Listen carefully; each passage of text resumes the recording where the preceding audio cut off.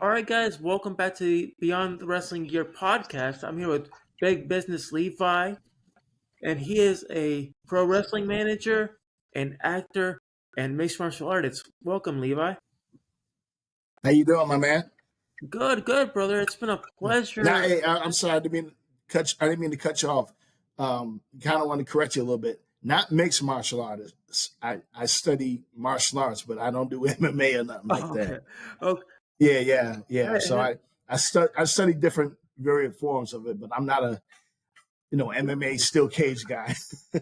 it's awesome. So you're more of like the book smarts of it. You kind of study it, you digest it, you enjoy it from a Yes, fan perspective. Okay, yes, that I is like that. exactly correct. I like Yep. that. I'm the same way. You know. Okay, there we Um, go. so for us to kind of get this show started, Levi, tell us a little bit about how you kind of ventured into each profession, and then go into how you got involved in the wrestling business. Well, when you say each profession, as in both wrestling and martial arts, or Sure. Yeah, you can talk about both. I'm good with that. well, actually, to be honest with you, martial arts was my first love. Growing up in the '80s, uh, that the big thing was karate and Karate Kid movie, the Shaw Brothers martial arts movies and TV series, Samurai Sundays and stuff like that. And I grew up watching um, a lot of you know, 80s action B movies and even the big screen ones, Arnold Schwarzenegger, Sylvester Stallone, Dolph Lundgren, who's one of my favorite actors, Jean Claude Van Damme, Steven Seagal, all of those guys. So, That was I awesome. started off. I'm sorry, what was that? Yeah. Out of all the Rocky movies, do you have a particular favorite, or do you like them all? I like Rocky Four. Yeah, I like Rocky Four. That was the best one to me, in my opinion. With Dolph Lundgren back then. He was scary as when you was a kid because he was this big, tall, uh, imposing Russian boxer. He killed Rocky's friend Apollo Creed, and he was the one that really gave it to Rocky. Matter of fact, he ended Rocky's career. Doing the next movie. So this is a guy that was dominating. So yeah, I like Rocky Four. That was one of the best ones. But yeah, man, pretty much, um, I studied karate, taekwondo, and stuff like that back in the day. And then in wrestling, when WrestleMania one hit, that's when I really started to get into it. And my cousin was a big wrestling fan back then, so I used to go over his house, and he would have a lot of wrestling magazines. He would tape all the main events and pay-per-views, and so he kind of got me into it as well. And Nice. so yeah, watching WrestleMania one is what really got me into it. I never really saw myself as a wrestler. Um, but I also like the bad guys or the heels. The managers. What was what really attracted me. Bobby the Brain Heenan. Rest in peace. That guy, he was superb. You had the Jim Cornettes, Mouth of the South, Jimmy Hart, all those guys. So Right. those are big influences. You can't forget. There's one name that is synonymous right now, but that is Paul Heyman.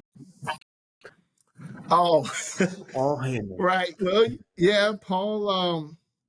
Yeah, you definitely can't forget about good old Paul Heyman. The He fact, he had a yeah, I gotta say this, but the fact that that man took a bump at his age, that is like, yeah, wow. that was phenomenal, man. I mean, the guy's pushing 60, and he when he took that that bump through the table, I'm saying to myself, damn, you know, is he is he still here with us? I mean, I hope nothing's broken or whatever. But no, he took it with ease. Excuse me. I mean, the guy, he obviously, he's in shape in order to, to take a bump like that. But yeah, Paul Heyman, he's a genius, man. I mean, when he first came on the scene, he was really hitting hard, and he's still going good today. Yep. Do you see yourself going up to that level at some point in your career? Um, when you say level, is in what capacity? Like being able to, now I see like managing these up and coming superstars. Do you see yourself managing like someone big, like Bobby Lashley, that I'm mentioning, throwing out there, being the next MVP? um, well, I mean, I just see myself managing the people that I'm currently managing right now. Um, you know, I don't know, what's going to happen in the future, who I may manage or whatever, but I mean, the people that I currently manage right now, I would have to say, in my personal opinion, they are future superstar potential. So, I mean, I definitely manage a lot of great, talented guys, and you know, who knows? They may get a call or whatever, and you know, whether I'm Yeah. there with them or not, I still, was the one that was behind them, working with them. Do you how do you feel about the I guess how MVP formed the Hurt Business in WWE? With Cedric Alexander, I think it was Shelton Benjamin and Bobby Lashley in the WWE, and now he's bringing it to AEW as the Hurt Syndicate. I think it's awesome. I really do. I mean, MVP, that brother right there, man. Tip my hat off to him. Here's the issue. There's not that many black African American managers that's in the business. In the past, you had Slick, Teddy Long, Gary Hart, and so far as today, 21st century, MVP, that guy's been around for a while. I think it's beautiful, man. I mean, he put together a group of brothers with the Hurt Business in WWE, and the way they represented themselves was, they weren't out there, um, being loud, belligerent, or anything like that. They were or shucking and jiving. They were wearing suits, but they were all, they were tough. They were real. They made their presence being felt. And so, now that he's in AEW with the group, it's going to be very interesting to see what happens with them. I think they're going to really, really make some noise because people want to compare them to the Nation of Domination. There's really no comparison. I mean, the Nation of Domination was more so of a Afrocentric Black Panther fight the power group. You know what I mean?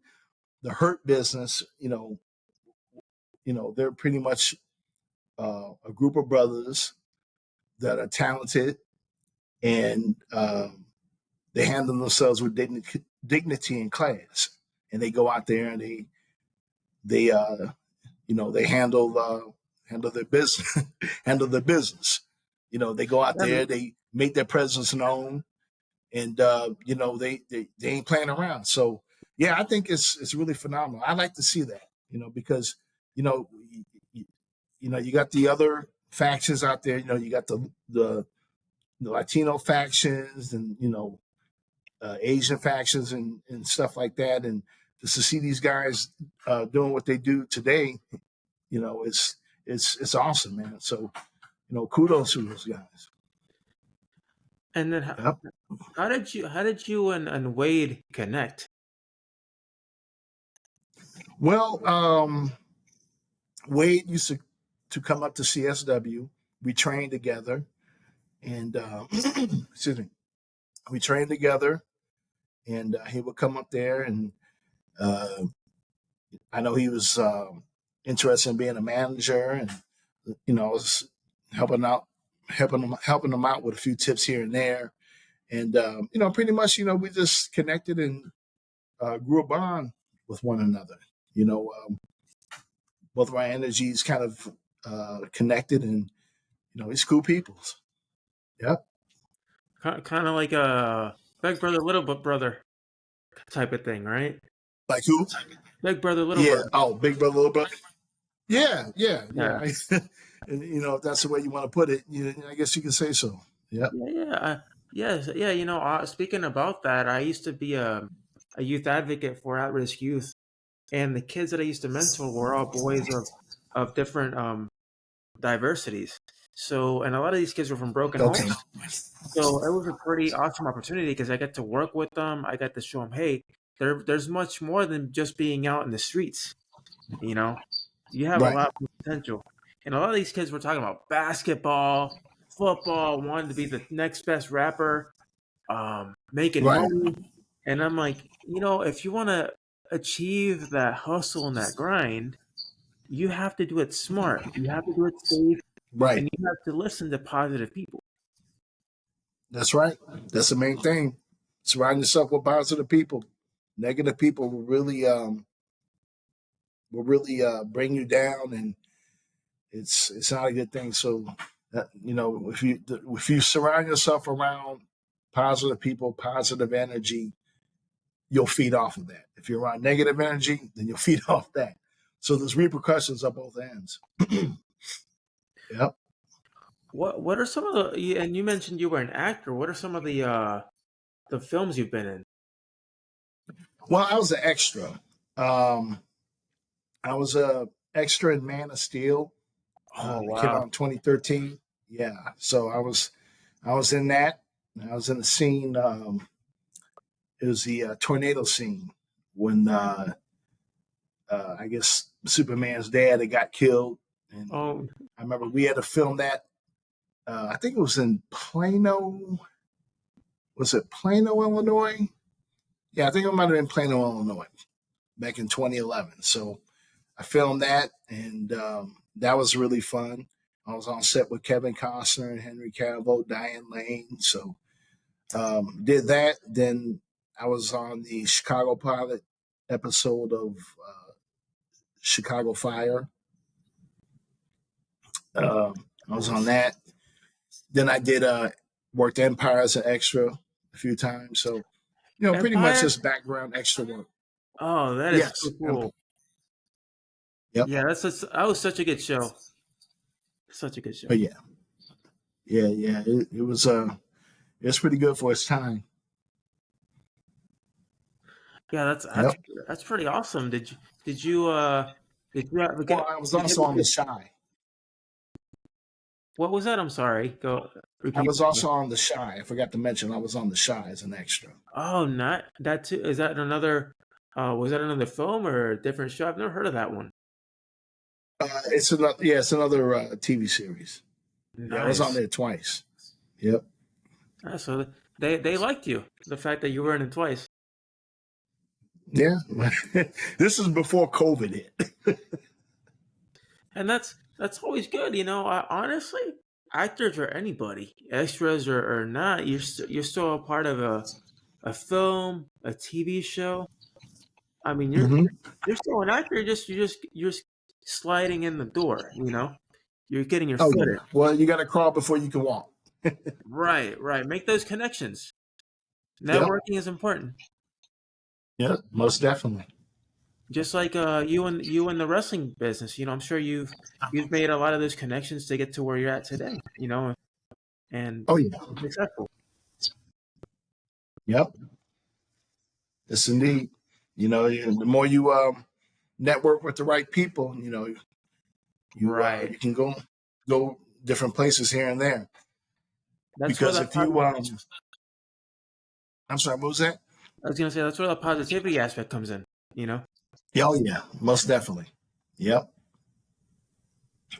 Yep. and and then for you, if you had a particular promotion that you'd like to go into, would you want to go to like MLW? AEW, like if anyone were to call you, would you want anyone specific to call you? Like if they offered you a position to like manage or to be like behind the scenes? Um, I'm not real to be honest with you. I'm not picky. Um, you know, I mean, I'm willing to go anywhere. Anywhere where there's an opportunity. If you know, pretty much, I mean, if you say no, if you're picky or you say no, then you kind of like, how can I put it?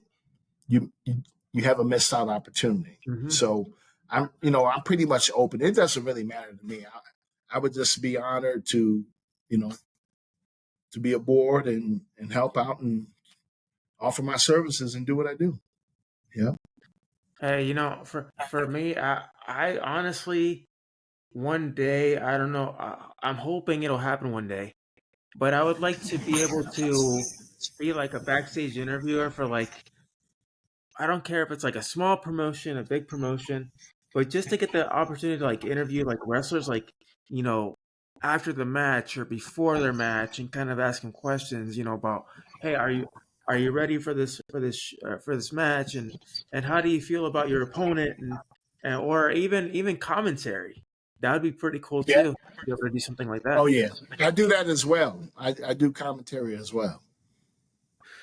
That's I saw some. Do you have like a favorite match that you've commentated? Not particularly. I mean, I've to be honest with you, I've commentated a lot of exciting matches. I can't really remember all of them, but I don't have a particular one that sticks out though. Yeah, you're not the one that's like a Michael Cole or like like what's his name? What's his face? McAfee. Him. McAfee.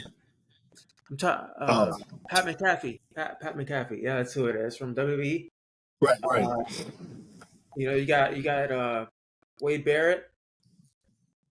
Yep. I love Booker T though. Don't, Booker T don't was forget good about Coachman. in Remember NXT. Coachman? Oh, Coachman too. Yeah, he Yeah.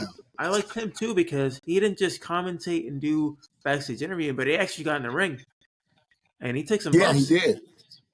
Yeah, he did. I know they used to hate to say it, they used to beat him around a lot back then, Yeah, every time I looked up.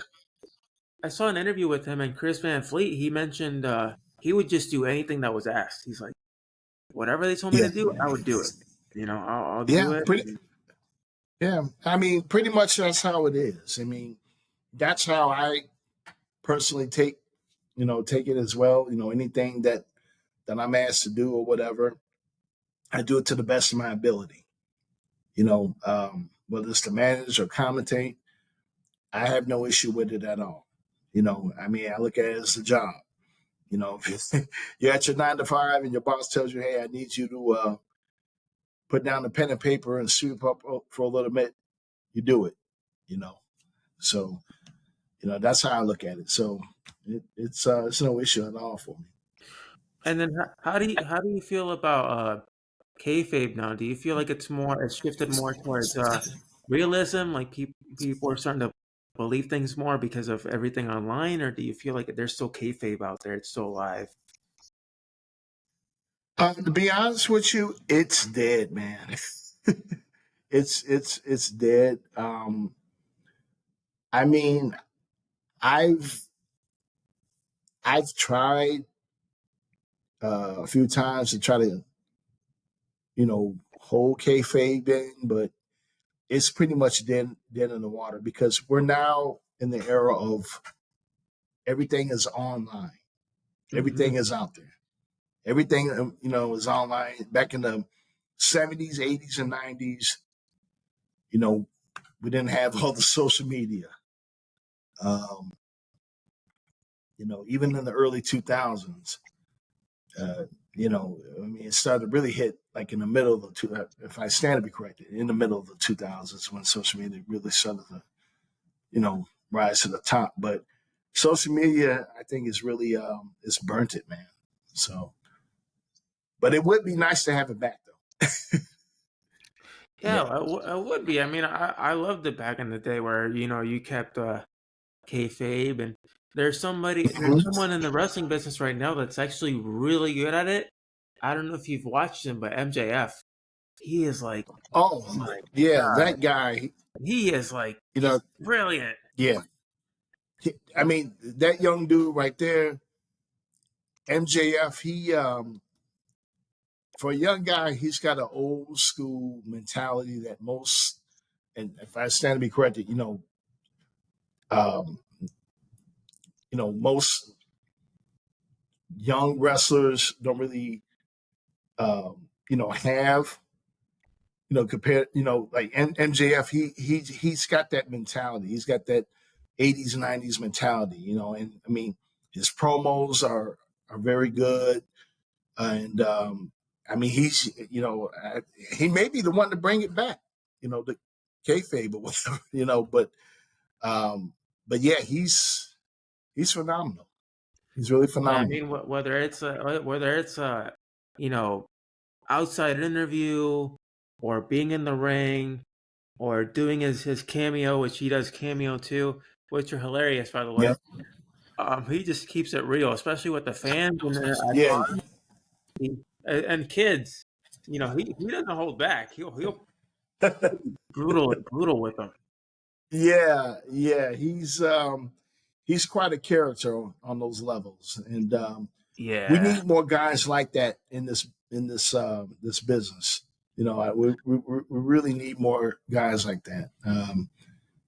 But yeah, I mean, he's holding his own, and hopefully it can rub off on other guys and stuff.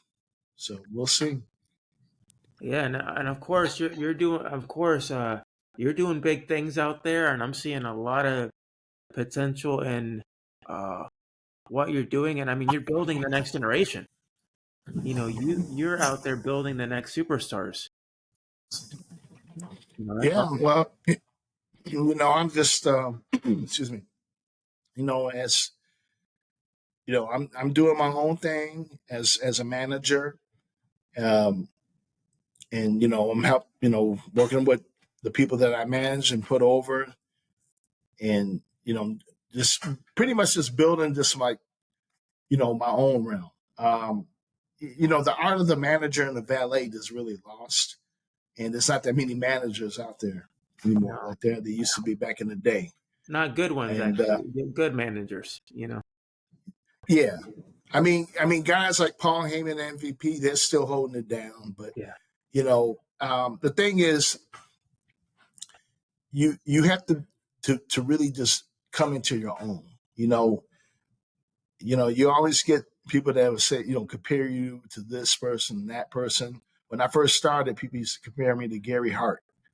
I mean, I would be flattered, but I'm my own entity. I'm Yes. building my own original style. So, and that's another thing as well. There's not that really much of originality that's out here anymore. And I mean, why copy somebody else's style? You know, Hmm. um, it's kind of like in comparison, Kobe Bryant and Michael Jordan. Kobe idolized Michael Jordan, but he incorporated his own style, with Michael Jordan's game and everything. So Kobe had his own thing. So it's good to have an inspiration, or or somebody to look up to or whatever, but just have your own identity. That's how I look at Yeah. it. Yep. Be yourself. Be original, and you're limited edition. Yep. Yep. Stick out. that's how that's Yeah. how I say. Just That's right. stick Stick out him. more. Don't be. It's like that big circle or that big crowd of people. Stick out of the crowd. That's the way to be. That's right, brother. Um, as far as for you, where do you see yourself in the next few years? Maybe like I'd say 5 years. Well, I don't know. I mean, I don't like to predict predict the future or anything like that. I mean, I will probably have to say, you know, just being well off. I don't know what's going to happen, but I'm just my thing is, I'm enjoying the moment for now, and whatever manifests, so be it. You know, but I would just say pretty much just being well off, being comfortable, and whatever happens or whatever door that God opens, so be it. I'll walk through it. So, yeah. And then my final question to you is I asked this to Wade in the last episode. Who's your wrestling Mount Rushmore?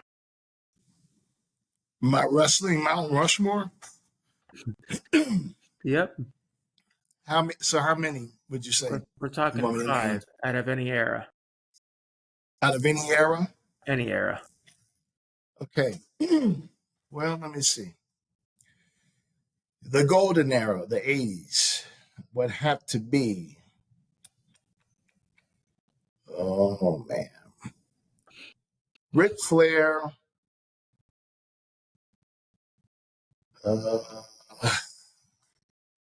Hulk Hogan.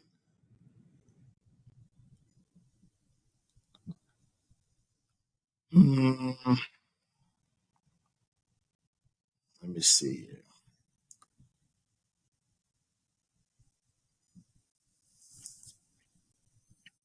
Ric Flair, Hulk Hogan, Ultimate Warrior. Okay, that's from the '80s. So let's get in the '90s. Hmm. So that was 3. So you said 5. So 2 more. So from the '90s, I would have to go with Stone Cold Steve Austin. Good choice. I'm sorry, what was that? Good choice. I like Austin. Yep. Yeah, Stone Cold. And let's see. Who else? Probably have to say Shawn Mike. Well, no, he was both '80s and '90s, so had to be particularly from the '90s. Hell, The Rock. Hey, and The Rock's still going. That Oh man is yeah, still going. he's still going. He ain't finna stop.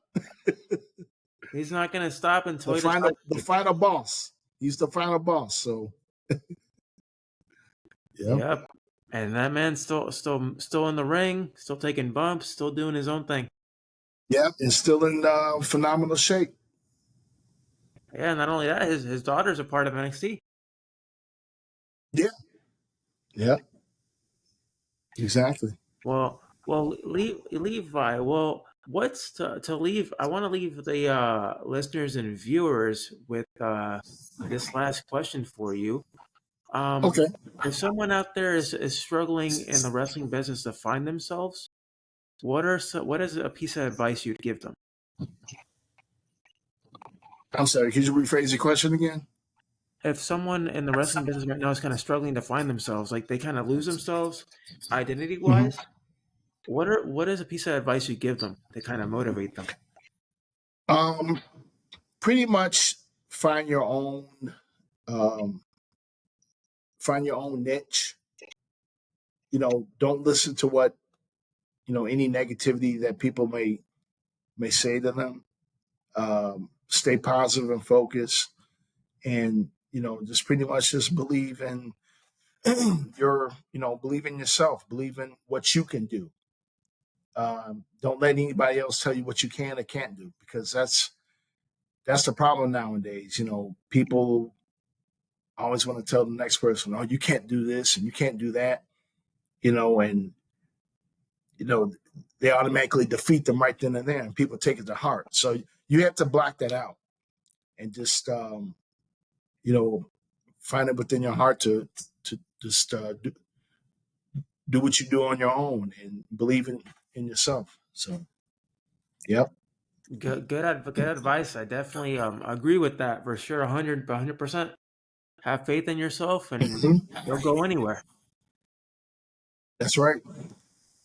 And Levi, where can my listeners and viewers find you? Like, where can they find more about you, learn more about you? Of course, see you in the show. Uh, you can look for me on Twitter at Big Business Levi Mcguire. Uh, I'm on Facebook, Big Business Levi Mcguire or Yonatan Levi, as well as Instagram. So pretty much those are the three platforms you can find me at. Yep. That's awesome, and thank you for taking the time to be on the show today.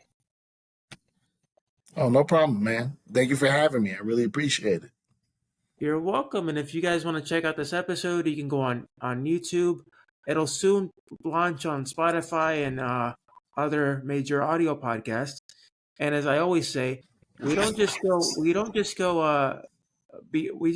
beyond we don't just go beyond wrestling, we go beyond the wrestling gear.